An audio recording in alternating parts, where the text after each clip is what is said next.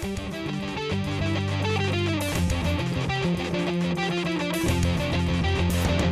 go! This is the Chasing the Tide saltwater segment on the Paddle and Fin Network. I'm your host, Dustin Nichols. So come along for the saltwater shenanigans.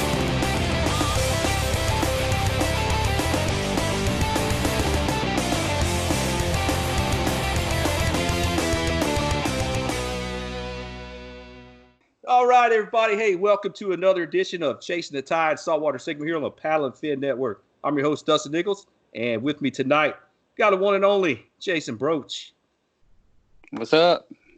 Yeah. What's up, man? I'm great. I'm ecstatic to have you on here, brother. I'm excited. Yeah, I'm glad to be here. Man, yeah, I've seen your name plastered around the KBF leaderboards and stuff here and there on both sides of the cards there. Redfish Challenge Series and some of the Trail Series events, some of the bigger tournaments too. So, man, I was just like, man, if there's somebody out there that transitions, I really want to get him on here on this show, because we're wanting to get that saltwater side out to more people here with this podcast. And saltwater kayak fishing is here to stay. It's growing. It's not going anywhere, I think, man. So, so what, like to start off, what started you out fishing? I kind of looked over some of your profiles and stuff on Tourney X and stuff and said you was a pond hopper, kind of like me when I was young, and then kind of that grew into something else. Could you give us some info on that? Yeah, I grew up in small little country town, South Carolina. We lived on a river, so I had access to that growing up. I did a lot of that simple river fishing from the bank, some crickets, some catawba worms, catfish, red breast, all that good breast stuff. Oh, man, those are good eating pan fried right there, man. Yeah. I think South Carolina has like the world record. It's only like 2 pounds something, but I think it was caught in that river I live on. But kept it simple. Yeah, kept it simple doing that. And I turned 15 or 16, could drive my own boat and do all that stuff.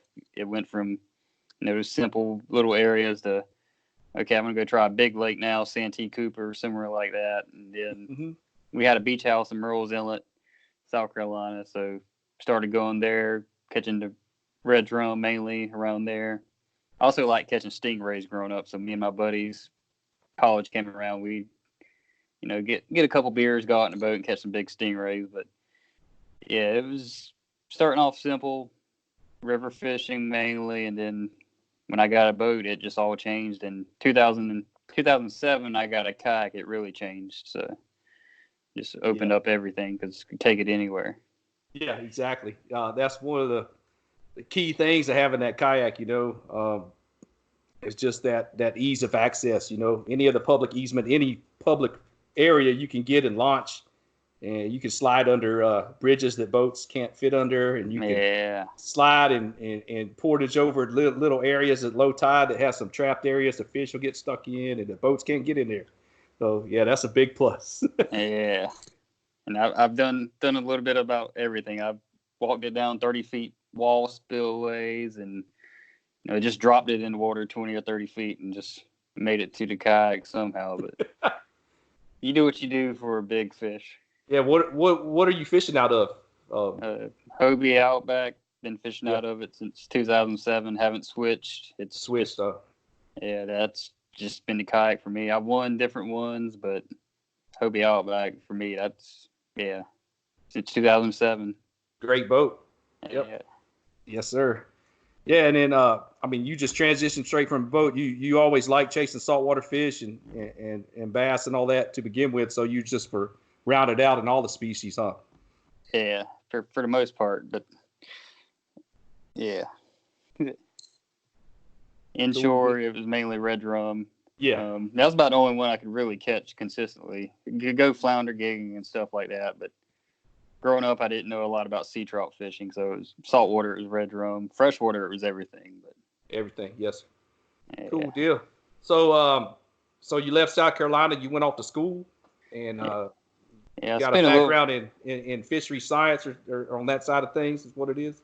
Yeah, I spent it felt like a little too long in school, but fisheries, aquaculture background, 2 years for a master's at Auburn, 4 years, University of Florida.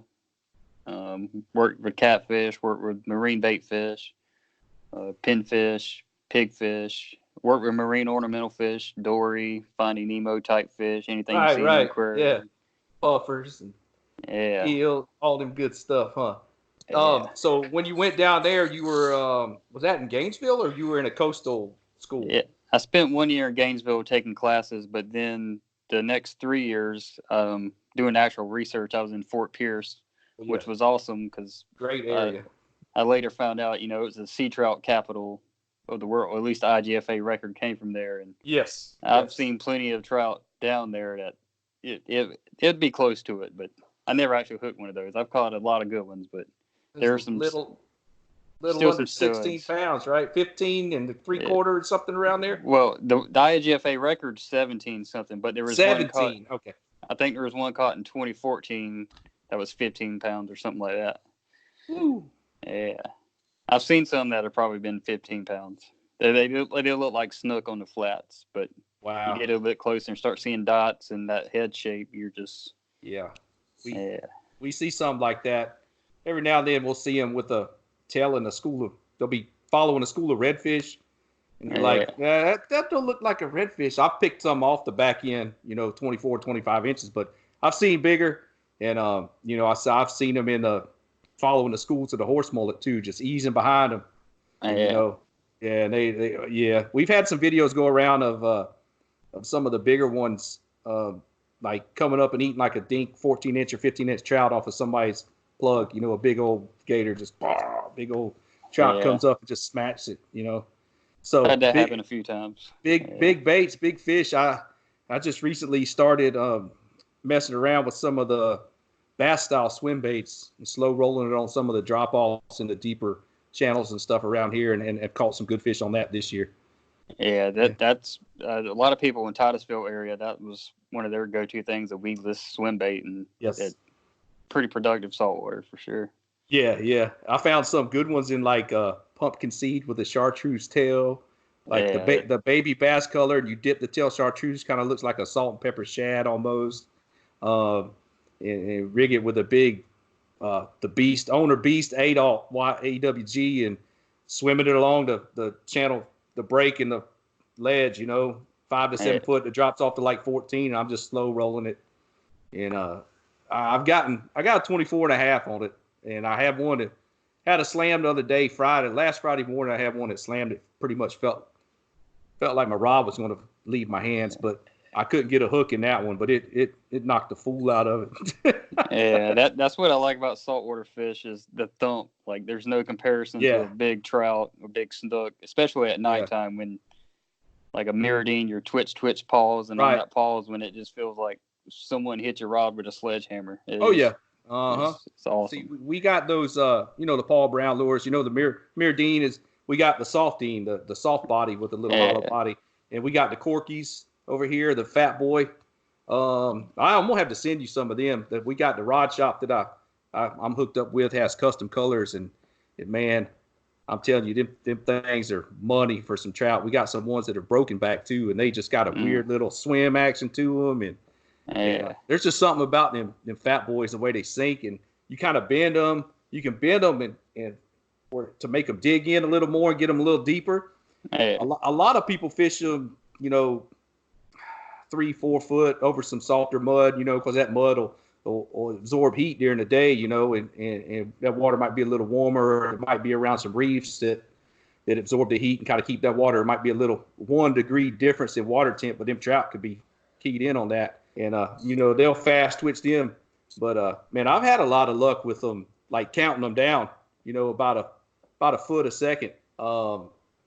And fishing them over those ledges that I was talking about earlier with the swim bait, is just fishing them in 5 to 7 foot of water around the deep reef cuts and channels, and had real good luck doing it there. It's tediously slow. It's like fishing a weightless swim Cinco around timber or wacky worm. Tedious, but man, the payoff when you get those thumps, man, it's worth it.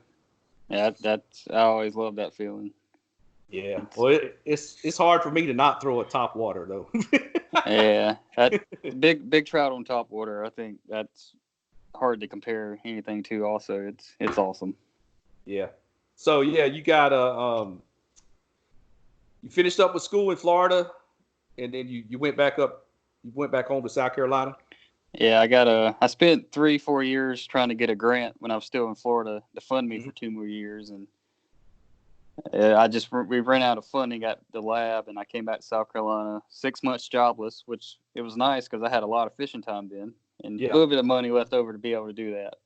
Yeah. But 6 months comes around, had an interview with the South Carolina DNR. And the same day I had the interview, I got a call from my advisor down in Florida saying we're probably going to get the grant. So I had a tough decision to make, but closer to family here, so I'm going to roll with it. And it's a pretty good job. Get to work with sea trout, red drum, cobia, triple tail project coming up, other bait fish project coming up. So it's fun. Triple tail, that's something you don't hear a lot of. It's valuable species, $25 a pound filleted, so there's a potential good market for it. It can be cultured. Yeah, that's the sock of light. That's the saltwater crappie right there. Yeah, it's my number one. I guess cobia triple tail tie in terms of being the most delicious fish to me, anyway. Yeah, wahoo's kind of tough to beat too, but those don't come as often as a cobia. Those are they call them ling over here, and growing up in coastal Georgia over there, we used to hit them with throw live eels at them, and they just go haywire.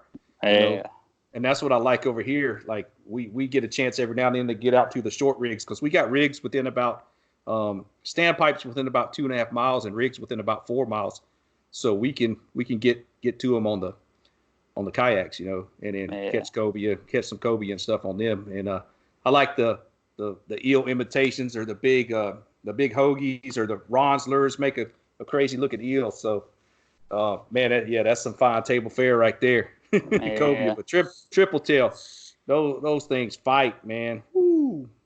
Yeah. They'll cut you too. Yeah. They got their gill plates are razor sharp. Yeah. We still got to catch. We still have to catch 40 or 50 more for the project, but. Yeah, so I got some fishing to do for those, research fishing. Fishing, that's cool, man. I know down around Melbourne, Florida, Cocoa Beach, I know there's a good triple tail fishery down there. That'd be awesome to get. I haven't got one off a kayak before. I'd really love to. Every now and then we'll see them in our bay systems. Some of the shallower stuff I target, but where we're at over here in West Matagorda Bay, where I fish, it's a deeper bay, and it had a lot of oil platforms out in it, 8-10 foot of water. And, they like structure. They like to sit there in sun. And any of the years we had the sargassum kind of come into the bay when we had a bunch of grass, those fish would be in there with that grass. But, we got to where we would target them pretty much in a boat. I would love to catch one out of kayak. I'm going to luck into one day, I hope. I do hope so, because they're fun fish to catch, especially when you're going to catch one on a little medium heavy, a little small bait caster, Yeah, I've only caught 2 out of the kayak, and one was on Rocklight, and the other one was with Brian Nelly, so he knows a little thing about catching triple tail as well. So right on, man. Yeah, that is one of my favorite fish. I agree with you on that wholeheartedly, right there. Yeah. So when you moved back up to South Carolina, you were still kayak fishing here and there, and then it kind of took off, yeah? Well, the bass fishing thing, I think it was 2014. I fished the KBF Open on Santee Cooper, and that was the only kind of non-online bass tournament that I ever fished. And then it got the fire kind of ignited a little bit. In 2015, there's a series that started up. 2016 KBF really started up, and since then and I like KBF in that it does have a Angler of the Year format kind of established, and it makes you recognizable if you can make it in Angler of the Year or even the top 10 they have. But definitely excited with the Bass series, the Hobie series as well. Qualifying for the TOC it's on the list, and making it to a Hobie Worlds at some point I got to do that. That'd be really cool. I know between saltwater events and freshwater events this next year, I'm gonna be busy. I got a lot on the schedule for sure, but I'm gonna wait to see how it starts off in the beginning of the year, whichever one I had the most momentum in terms of finishing strong again, I'm gonna kind of go with it. But I'll be fishing all of them for sure, and the IFAs and yeah, that's how it is over here. We got some local clubs, kayak clubs, San Antonio Kayak Fishing. They have a split trail. They have 2 freshwater events, bass events, and 2 saltwater events. Yeah, it's your best 3 results is what goes to the Angler of the Year. That was the first year I fished. That was in last year, and I had a second, a third on the Bass Lakes, and then the only saltwater event I could make, I had a second, and I had big trout, and I tied for Angler of the Year. But the guy won that last event and edged me out by that win. We had the same amount of points, and I was like, man, I wanted to win that so bad because the way I feel about that is that kind of separates, puts a line down a little more than because you also having to fish saltwater too. So that just like what do you got to say to people out there wanting to transition from freshwater into saltwater? What's your feelings on that about the difference? I think anything you see. Yeah, either one you fish saltwater or freshwater. I mean, there's two common concepts that stay with them. It's you're going to catch a fish. It's either going to be going somewhere to spawn or spawning, or it's going to be feeding or going somewhere to feed. And as long as you keep those 2 things in mind every time you're out there, you'll figure out, okay, they want to be feeding. They're going to be up near structure with current somewhere. They're going to be spawning. They're going to be shallow if they're freshwater. They're going to be offshore potentially if they're saltwater, or getting around jetties and things like that. So just keeping food in mind and keeping spawning in mind. Yeah, I think that's how anglers are really successful kind of in both realms. Yes, yes. Well, y'all have a little more tide to deal with than we do over on the East Coast on the Atlantic side. We get about a 2.5 foot tide swing. Y'all are somewhere around 6. Yeah, it can be anywhere from like 6.5, 7 feet on up to 9, 10 feet with the right moon phase, right time of year. It does make things difficult, but the thing I found really helpful is always go out and explore on the lowest tide possible and find those shell mounds and those mud flats where they're going to be. The mouths of those feeder creeks, when everything floods out, they'll just sit there waiting to get back in there. And then flood tides, whenever it does flood the grass, you can go up and look for tailing redfish or go back to those deeper oyster bars and pull a mirrodine over it, suspending jerkbait, something like that, and you'll catch fish. Hammer them. Yeah, that's what I like about over here is that we get the big bull tides, the fall equinox tides, and we get a first good couple of northers that come through the blow, 25 out the north, got a little bit of west in them, and you get what you call the dump. It's pushing all that water out. You're going to get a low tide finally after you had 2 weeks of 1.5 feet above normal tides. Everything's been in the grass. All the shrimp are up there. All the bait fish are up there. And then all that bait's just getting flushed out of those drains. And you just set up on them drains. And it's buffet line. It's like freaking Old Town Buffet. I guess they got them over there, Shoney's or whatever we got. Golden Corral, Shoney's, yeah, that's what it is to them fish, man. It's just like, man, if you can get in on one of them and find an area where the wind ain't gonna kill you too much in the kayak, because it could be windy, but a day or two after that blow, they're still gonna be feeding. They take a break and then they'll pick back up, but that's what I wanted to touch on a little bit. That tide, does affect stuff over there. It's a little more swing. You gotta, like you said, get out there at that low water and mark that structure, mark them pilings that might be under the water with shell on them. Mark them reefs that you might not see that are gonna get flooded, and you'll be able to fish over the top of them too on them higher tides. It's man, that's a big plus right there. Definitely. And you do get that reduced bite window, I guess, with a tide, but at least then you know when you really need to be out there too. So it's like you can optimize that 1.5, 2 hour window. And if you feel like going home early or got to be somewhere, then it's like around here, I know when at least the sun didn't go down to 8 o'clock, I know when I can take off work right at the end of the day and have a good chance of catching a lot of redfish. So Tide, it sucks in that it kind of restricts the window potentially, but it also, you learn that window when you need to be out there. And yeah, it's good. How critical are you of lunar feeding times? I don't really pay that a lot of attention. In my mind, I know it kind of goes against a fishery background, but a fish is an opportunistic. I can't even say the word. Yeah. Opportunistic or something like that. Yeah. He's opportunistic. Yeah. If you put a piece of candy in front of him, he's going to eat it because he doesn't know when that next piece of candy's coming. So, you put some biscuits and gravy in front of me, I'm gonna eat it. So it's gonna be like that fish, shrimp and grits. I'm gonna eat it. Yeah, for sure. Yeah, but yeah, they're ambush predators. They'll be chilling. Unless you get like a super cold snap, and I think there's something that happens to redfish. Like if it gets really cold, really fast, something about their enzymes and their digestive system kind of messes with them. All the metabolism definitely slows down on all the fish, so that they're going to feed less, potentially be less active, less willing to chase something down. But I mean, you have to adapt, slow down a little bit, and kind of just really work more to, upset them or tick them off more, and really trying to get them to eat sometimes. Right.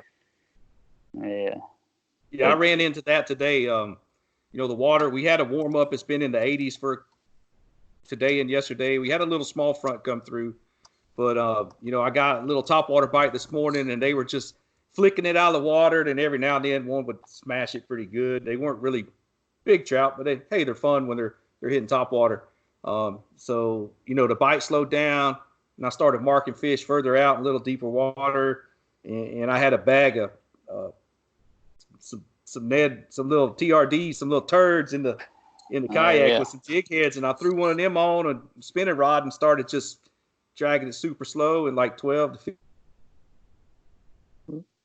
I hammered them. I probably caught 30 trout on one turd. And them little things held up. It was that copper truce color, and it just stood out. I guess on the bottom looked like a little sand eel or something. I don't know. I just know I've wanted to do it for a while, and I luckily had one on there because when I do fish a 1/8 ounce jig head with say Kaden is who I get some soft plastics from, or a little DOA paddle tail or something. I do bump it on the bottom and tick that down that ledge, down that drop off, and they'll usually just be sitting there. And when that bite slows like this, we had a higher barometric pressure today. After the morning, we had a wind go southwest a little bit, and it just seemed they backed off of that ledge, where they were feeding, and they backed off and we're sitting out in deeper water. And sometimes it's just like, man, it's just a super spongy bite. It feels like you're just hung up on something, and it's just like, oh, and there he is, And that's how they were hitting that Nedrick. They were just barely ticking it, and just you feel a little pressure with them, kind of like a flounder bite. I don't know if people hadn't ever caught a flounder, you'll feel them kind of thud it a little bit, and it just gets kind of spongy, so they'll kind of move away with it, and it just kind of gets a little tension, and you start getting that flutter. Yep. Yeah, that's a good eating fish too. Now, come on. We might be working with some flounder soon. Yeah, I like flounder fishing. I like those. Just like you said, you getting those. That tide starts draining. You get those good drains, and those little feeder creeks and all that. The mouths of those where that water pours out, and it's got the little depressions in there where them flounder is sitting, just be waiting on them finger mullet or mud minnows to come by, waiting for that chartreuse swim jig to come by, a swim grub or whatever. Yep. Electric chicken. I don't know what really got me onto that color, but it's a kind of a South Carolina famous color, but it'll work here, Florida. It's my kind of go-to saltwater one. I like that chartreuse, lime truce, like solid lime truce, summer flash, chartreuse. Like even in the green water, even in the dirty water, I do really well on that. Then that LSU Go Tigers, like a purple and gold glitter with a yellow tail. I think DOA calls that one Texas Croaker. We can go all day about soft plastics. There's so many out there, so many cool things out there. I mean, I even started throwing the old fire tiger. Fire tiger is like a see-through green with gold glitter with an orange tail. Like old school, that's an old school color from back in the day. And that used to be my favorite hard plastic colored fire tiger. Yeah. Oh, the Rebel crankbaits used to have that kind of fire tiger color. Yep. Yeah. Storm Chug Bug. That was Chug Bug. Yeah, that fire tiger color. I had to have one of those. I still got one in the original packaging. I'll never open up just to keep it forever. But I had that company Pico Lures. They're actually out of Padre Island. They used to be out of Texas. The guy bought them from up north. Sent me some of their poppers, and they're kind of saltwater colored. They're bone with like chartreuse stripes on the belly, or orange, and they got a black one with a chartreuse head, white one with a chartreuse head. But I think that was in October or September. I got on a redfish bite with those, and it was just insane. I mean, it was just like a popar style bait with, the trailer with the feathers and kind of just popping paws. And I guess, just that undulating feather on that tail was just drawing them in, because they were hitting it on the paws like about every cast, man. It was, they were coming up, man. It was coming right along the grass lines, and man, I can't not throw topwater when it's warm. Yeah, the only IFA tournament I've actually won, I caught both fish on topwater. Got the redfish early. I don't think I didn't get the trout until about 12 o'clock, but Storm Chug Bug, Bomber Badonkadonk, that's... Donkadonk? Yeah. Yep. It can't beat topwater, especially for trout fishing. If for the IFA tournaments, if I didn't get a trout by like 8 o'clock or within the first hour or two, it was tough.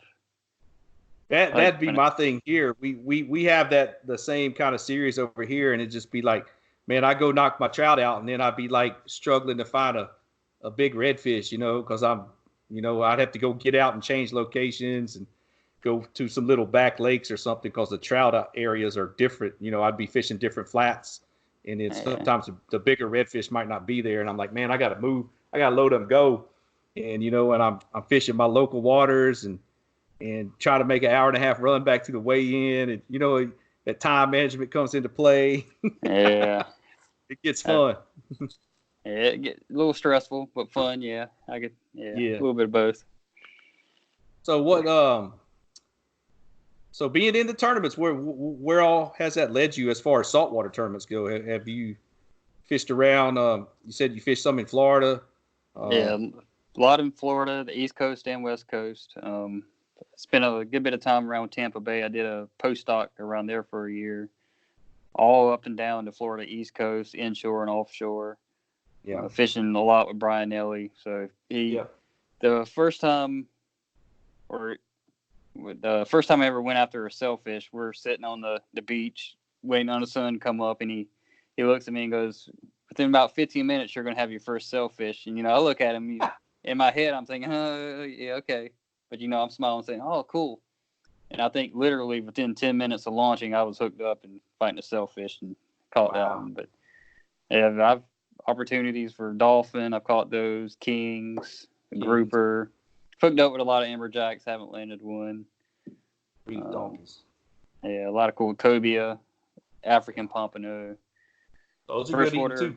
Yeah, that one was good. I remember eating that one. Did you get on the clown knife fish and the peacocks down there when you were down there? I've caught one clown knife when I was down there. A good bit of peacocks. They were more easy to come by. Peacocks or the clown knives, it took a while. Yeah. And it was kind of a fluke because I was just bouncing a rattle trap in about 20 feet of water. But when it hit, I literally knew it was something like solid, because it was one of those sledgehammer type bites where your rod just. Yeah. But I've also I've been out of the country before, at least to the Bahamas with the kayak for one of the extreme tournaments. Okay. So you did get to go fish one of those. Yeah, Brian won a couple of those, right? Yeah. Back to back. Yeah, he had it down for sure.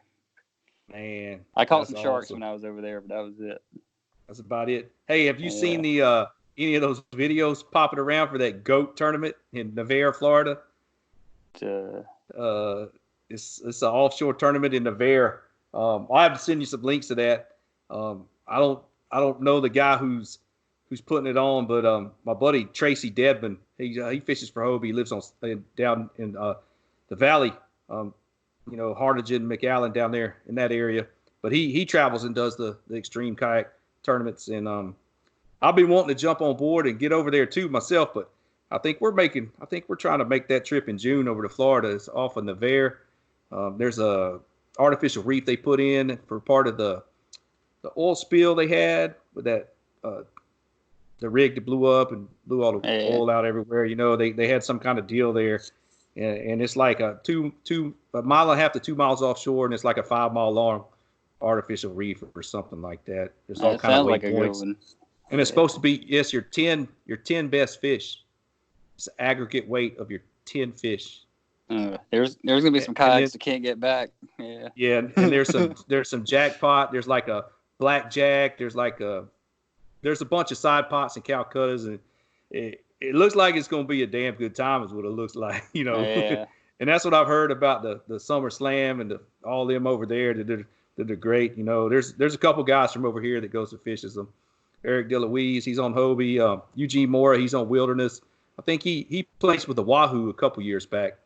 At one of those, the one out of Pompano. Yeah. That's good times over there. I see them guys talking about it, and I was like, man, I just wish I could make that work. Maybe this year it'll happen. I don't know how it's going to happen with all them dang freshwater tournaments they popping up now. Yeah, it's tough. But, it's awesome, but at the same time, it's kind of like, man, I gotta figure out a way to make money doing this. Yeah, and not have an actual job, but just kind of go with it as they come up. And yeah. I see you. How'd you do in the challenge series for the redfish? Did you? I won one of the monthlies and a couple second and third place finishes, and I think I'm sitting in like 5th or 6th place AOY for this region. Yeah, so for the region. Definitely, I'm looking forward to the tournament. I guess it's next weekend or the weekend after. But 6th and 7th, the Open's the 6th, the championship's on the 7th. Man, I'm trying to get some days off, man. If I could swing it, I'm gonna try. I'm a little bit behind you. I think I'm sitting in 9th. But man, I'd love to get over there and give it a run, bud. I fished that area before, and it seemed like it'd be a fun one, especially if you get another little front to drop on down and it pushes them up in them creeks. Like that's why I was hoping. I said, man, why can't that be in January when my time resets? You know. Yeah. Man. I've never really fished a lot in the areas that are going to be eligible water. It's like the very furthest south launch is about where I'd want to fit. I want to be a little bit south of that, and I won't be able to do it. So like around Ponce Inlet area, or I guess it's north of there, but the whole Titusville area, those flats and those flats, yeah. That'd be some good water to be in. Yeah, in terms of, I guess bull reds wouldn't count, but it still there's a lot of them around there. The kind of pick and choose got that. Also. I guess they're going to keep that 16 to 27 inch slot. Yeah, that'd be tough. I can't remember seeing if they were going to allow just a maximum of 27, even if you caught one that was 29. But yeah, there'll be a lot of heartbreak too. Someone hooking into a 28 inch fish, and that was my problem. October. Yeah, I couldn't catch a fish under 27 to save my life. I was catching 29s and 30s, 32s.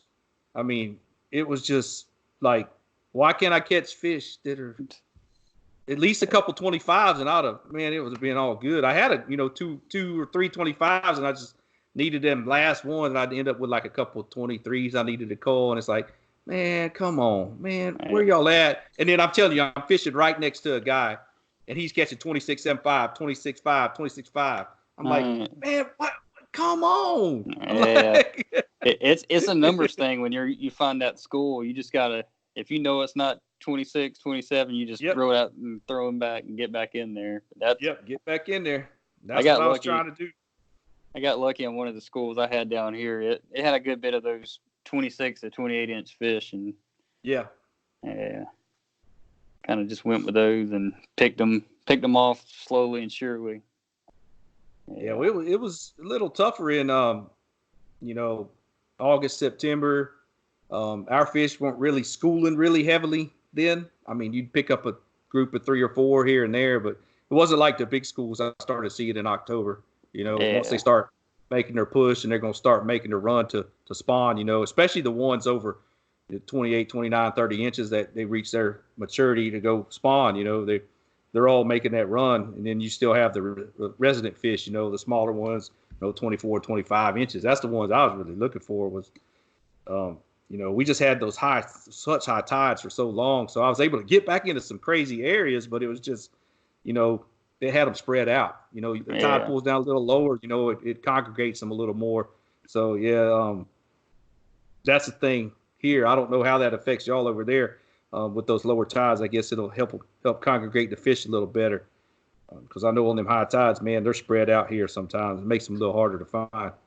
And that's how I really found one of my good areas around here. I was coming back from like a 2-mile pedal one day, of area that was kind of my go-to, but I didn't catch any that day. But it was almost a dead low tide, and I'm coming across this mud flat with some oyster bars here and there. And I mean, it was dark. I couldn't see anything, but I could hear the wakes, and I could hear fish, like the sound of big wakes pushing. So I'm like, I got to come back here tomorrow afternoon and see what this is, because I'm pretty sure these are redfish, and they were. And I stayed on those fish for 2.5, 3 months, and they were cooperative for the challenges. It was nice. Yeah. When you hear sounds like a toilet flushing almost. You're like, yeah, that was a redfish. Yeah, and it's a big fish just because you feel the vibration, and it's right. Yeah, I had some crazy little back marsh ponds that I looked into through some little creeks that were only like 5 or 6 foot wide, that opened up into like 50-yard pools, and you'd be able to, basically the water was a little turbid, so you couldn't really sight cast them, but you'd see them blowing up on the bank, or you just fan cast an area, kind of see the shrimp flicking and throw to it with the top water, and you usually hit them pretty quick. So that's my thing. If you don't have clear water, a lot of flats here are clear. You can see them over the grass, the sand potholes, sight cast to them. But, telling everybody out there in podcast land that might not get a chance to go fish saltwater a lot, just don't be afraid to fan cast. Don't be afraid to move around. You could wait at a spot sometimes for that tide to change and start catching fish.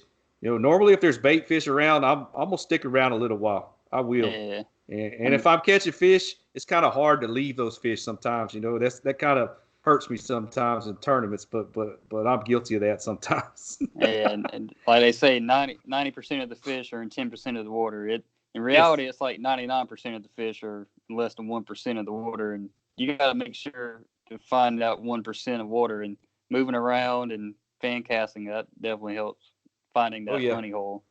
Covering water, man. I mean, sometimes that's what it takes. I get out there and get stumped sometimes. I mean, I don't know about you, but I like to keep a log. I like to write down conditions. I like to write down what I was catching them on, what time of year, water levels. I go back and look at my tide charts, and NOAA has a site here that it'll give you the projected tides, and then it'll give it the actual, and kind of see how it deviates. Yeah. And I like to write stuff down and keep track of it. So I got a good little log going from the past 5-6 years. Yeah, I've been kind of trying to stay on top of it a little bit. It's starting. I need to convert it to a digital file because it's getting tattered. Yeah, that new the Angler app. Click bullseye deal. It's good for that. I've used it a little bit.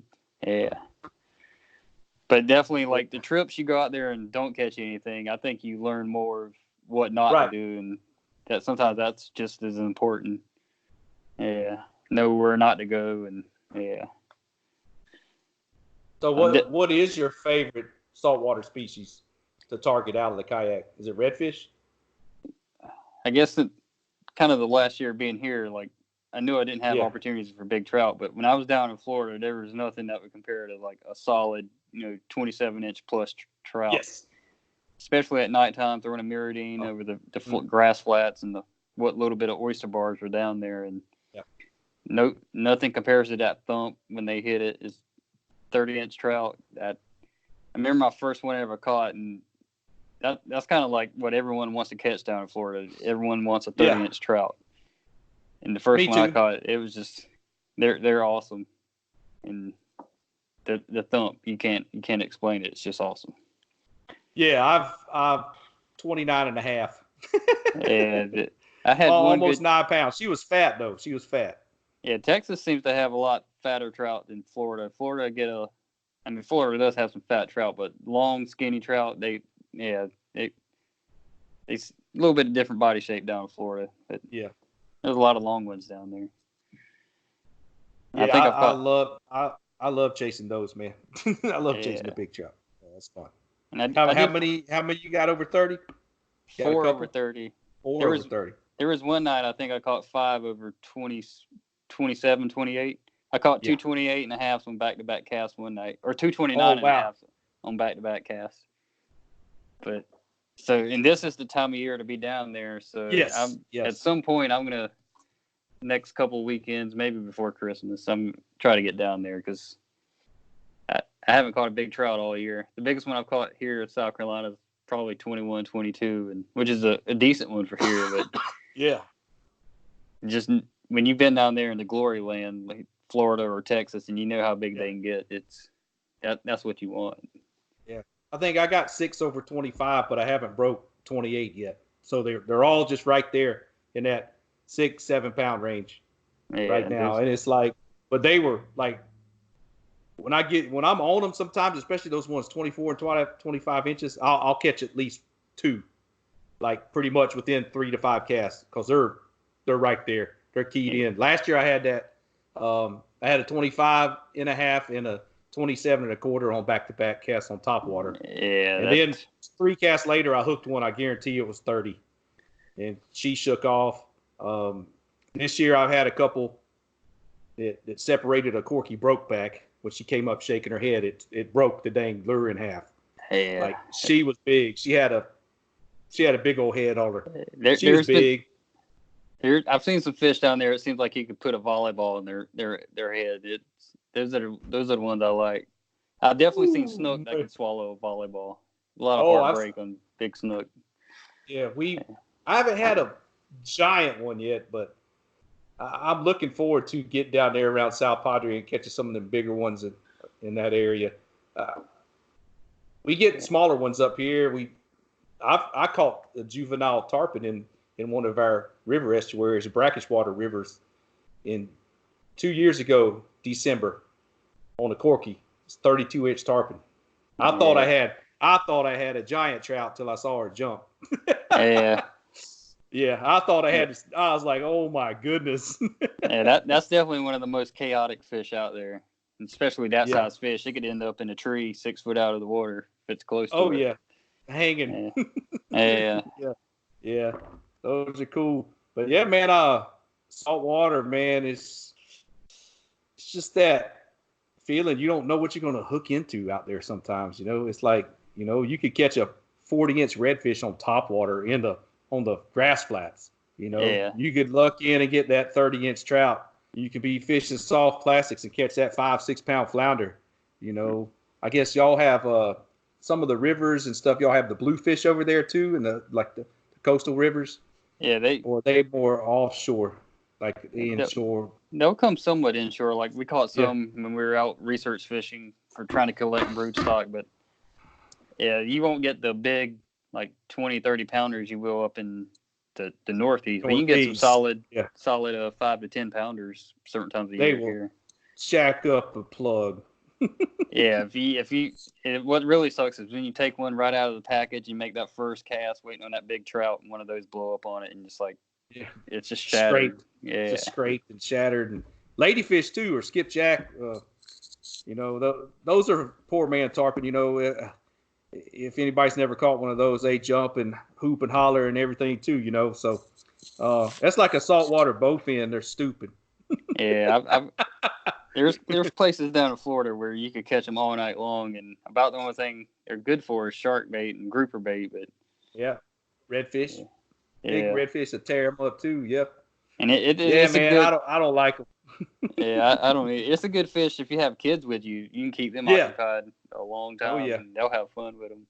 I grew up one of the ponds we fished, it was it would flood, or high tide, it would flood in saltwater near our beach house. And we'd go there and catch ladyfish all day when we were like 5 to 10 years old. And we thought it was awesome. But spending as much time as I did down in Florida, I realized, man, how did I ever like fishing for these? But we had one of them places like that it was freshwater lakes, but the higher tides would flood into it.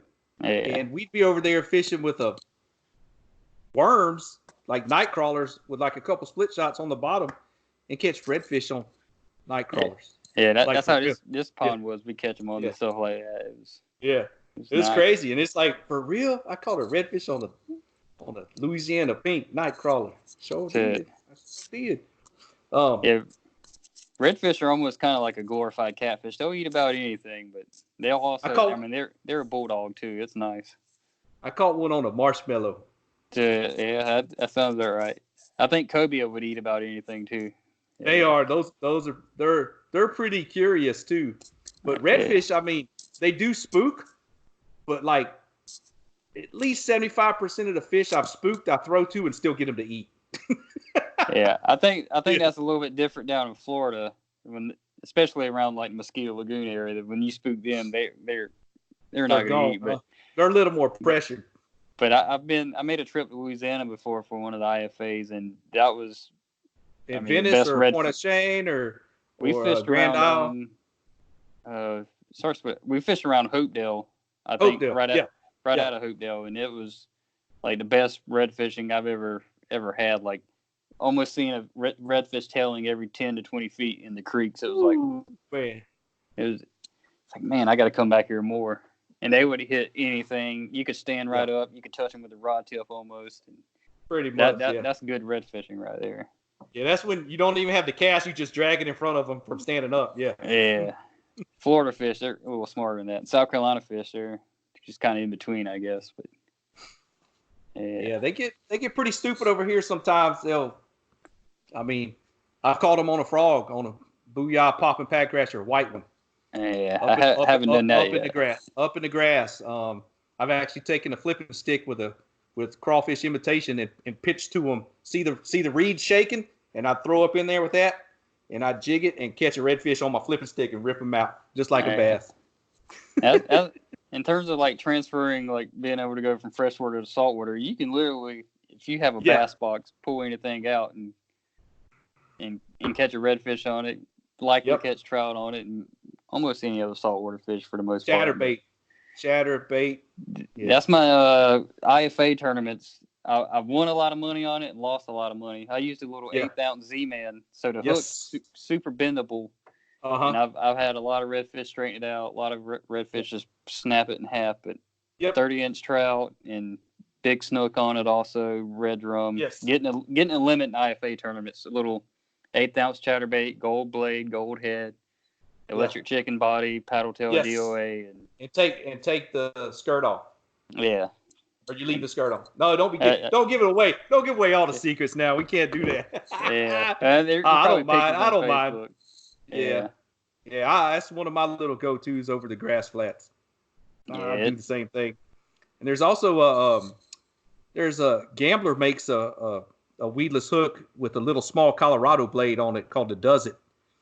And you get a little silver blade or a little gold number 3 or 4 Colorado blade, and it's hooked onto the hook itself. So you hook that flapping shad, and you still get that little flutter with it too. So I've done real good with that. And then man, we got some spoons over here that they're acrylic, they're resin board, so they're not heavy. So they kind of flutter down. They're called Nacho Daddy's spoons, and they have 2 little rattle beads inside of them. They're weedless. They flutter like beautifully. They don't sink really fast like the standard ones, the metal ones, or the brass or whatever they are, nickel. They flutter. They got a really cool action. And I've caught some good trout on those too. The redfish love those. Those are really cool too. That's one thing I've never caught a redfish on was spoon. I had my tackle box loaded with them when I first moved to Florida, thinking I got to have a gold spoon, but I never caught a redfish on one. And one day I just happened to pull out that little gold chatterbait. And obviously I know they'll eat a spoon, but I've just never caught a red drum on a spoon. Something. Yeah. That's crazy. That's one of my little backup rods. If they start short striking that top water, I'll just throw that rod down and I'll grab my spinning rod with my little spoon and fire it right out there and usually pick them off. Same thing like bass fishing with the frog and throw that Cinco to them or wacky worm. You know, sometimes that backup rod will save the day. That chatterbait would be good to have too. You know, I usually have, you know, 4 or 5 rods even when I'm saltwater fishing. I have a top water, like a corky, a twitch bait, some kind of slow sinking twitch bait, or a cotton cordell, those the broke back jerk bait. Those things work awesome too, man. Like twitch balls, you know, on those. I've had some real good luck with those, man. But yeah, I'll have a popping cork with a gulp and especially if it's tournament day, top water and a couple of soft plastics, you know. Yeah, I used to still kind of keep it simple saltwater. It's 3 rods, and I'm top water, a chatterbait, and then just a what PW? Yeah, regular jig, swim bait type bait. Yeah, yeah. We got them. Sometimes when the reds are up in them grass, you got to pull them on out with that popping cork, you know, that big old freaking rattle cork. Bring them on out. Sometimes they get stubborn. Yeah, trout killer about everywhere you go, for sure. They like a popping cork. Oh yeah, yes they do. But man, that's as far as artificials go, man. That's anybody getting out there, you know, wanting to start, just don't be afraid, man. Just have fun with it. You know, being on the kayak, you're that close to the action, and you know it's gonna happen. You know, if you're just getting into it, you know, just there's plenty of stuff on YouTube. I mean, there's so much stuff. Just look it up. You know, I got a small channel. I put a few stuff out there. I mainly use it for like blog entries for Jackson. We're supposed to do some articles and stuff like that. So I don't post like every week. It might be once a month. You know, but I'll get out. I'll do a couple technique videos. You know, top water, talk about plastics. I actually filmed a little bit today with that Ned rig, so to see how that's going to turn out. I'm going to do something with that. I think make a little article about that, transitioning to them finesse, that finesse bite. You know, and doing something different with it. So, but yeah, man, you were one of the first persons that popped in my mind when I saw it. You know, thought about somebody that transitions back between bass fishing and saltwater fishing too. So, I know you had some good saltwater events. I know you you took the win at the KBF Trail on Lake Lanier this year. Yeah, I really didn't even fish the lake. There was a portion of the river that was eligible to be fished. It's the Chattahoochee River, so I fished that a good bit when I was at Auburn. And show bass. I call it largemouth. Everything in the tournament was a spots largemouth. Spots largemouth. Lake Lanier is like trophy spotted bass fishery. Yes. I pre-fished there the weekend before, didn't do well, and I'm like, I'm just going to go up a river, and it's going to happen or it's not going to happen. And it happened. Yeah. That's how it is, man. There's some lakes here that are just like, man, they're about an hour and 10 minutes from me. I got a lake that's about 20 minutes from me. It's like, I'd rather fish them other ones than fish that one closer to me. Because Lake Fayette and Lake Bastrop, that's like some of my favorite lakes around here. They're small. They're only like 2,500 acres. They're smaller lakes, but they're power plant lakes. So they're warm and year round, you know. The fish are active. They're pretty easy to catch. But, man, sometimes them lakes kick my butt, dude. This past Saturday, I had only put one keeper on the board, and it was just like, what in the world was I doing? I lost fish. I didn't fish clean, you know. And like you know, I've had good days there too. I've done really well, you know, really well in some tournaments there. But how much does mental preparation come into play with you? Because for me, it's a big deal. Yeah, for me, it's a big deal too. Yeah, I mean, it's big. Like in bass fishing, I guess even saltwater, it's a matter of I gotta focus on getting a limit first, and as that first hour goes by, you don't have a fish. The second hour goes by, you still don't have one. What do I need to do? Do I need to go somewhere else? Or I know they'll eat this if they're here. Do I keep covering more water here? Do I move? I wonder what this guy has, because you can check almost all the leaderboards now during the tournament. Like, and just thinking, no, I don't need to look at that. Maybe I need to try this. Maybe I need to go here. Maybe just isn't going to be my tournament. But that's the thing. That first fish, it just kind of, for me, it really guides the whole rest of the tournament. And if it's a good fish, or just it can be a 12-inch fish, as long as it keeps, it just it kind of builds what's going to happen the rest of the day for me, for the most part. And before the tournament even starts, on the way to them, just going through my head different things I should do, what the fish should be doing. Should I go with history? Should I try something new if I don't get to pre-fish? If I know I have time to pre-fish, then really have longer to figure something else. But the whole mental aspect with pre-fishing is you don't want to pre-fish too much to where you get to the point of, well, I caught fish here, caught fish there. Where should I start? When should I move? And undecided, yes. Yeah. I think 2 days of pre-fishing, that's enough for me. And I'm going to go. I'll start off in the spot where I'm going to get a limit and have confidence, and then I'll work on getting those bigger fish. Upgrades, 10-4 on that. Same thing as saltwater. I mean, I'll pre-fish here and there, and then I'll just kind of go off of where I know the fish are going to be. I got some places down around Corpus, like tournaments down there. I mean, that time of year, those fish are going to be there. I'm going to find them. The flats are gigantic. There's plenty of stuff going on. It's cool like that, be able to find them. But mental game is definitely a plus, Yeah, for sure. So cool deal, man. Man, we've almost been on here an hour just yapping away. You got anybody you want to thank, or any sponsors you want to shout out to, wrapping up here? Anything you want to say to anybody? There's definitely kayak fishing. I couldn't kayak fish without a kayak. And Hobie, I've been with Hobie since 2014. The only kayak I ever fished out of was a Hobie Outback. Got one in 2007. Been addicted to it since then. So big shout out to Hobie. Other sponsors, Lawrence Fish Finders. Whether it's GPS or actually finding fish, it's my go-to thing. Ram mounts, Sea Deck. Different pure fishing companies, Abbey Garcia, Berkeley, Spiderwire. Been using their stuff since I was, 10 years old. And Bioeno Power, Calco's Fishing, Gerber, Yeti, and Ego Nets. And all those companies, I use those products every time I'm out on the water. So big shout out to them and all the good stuff they produce. All right on, man. Well, dude, man, props. Big appreciate it. You coming on with me and chatting tonight.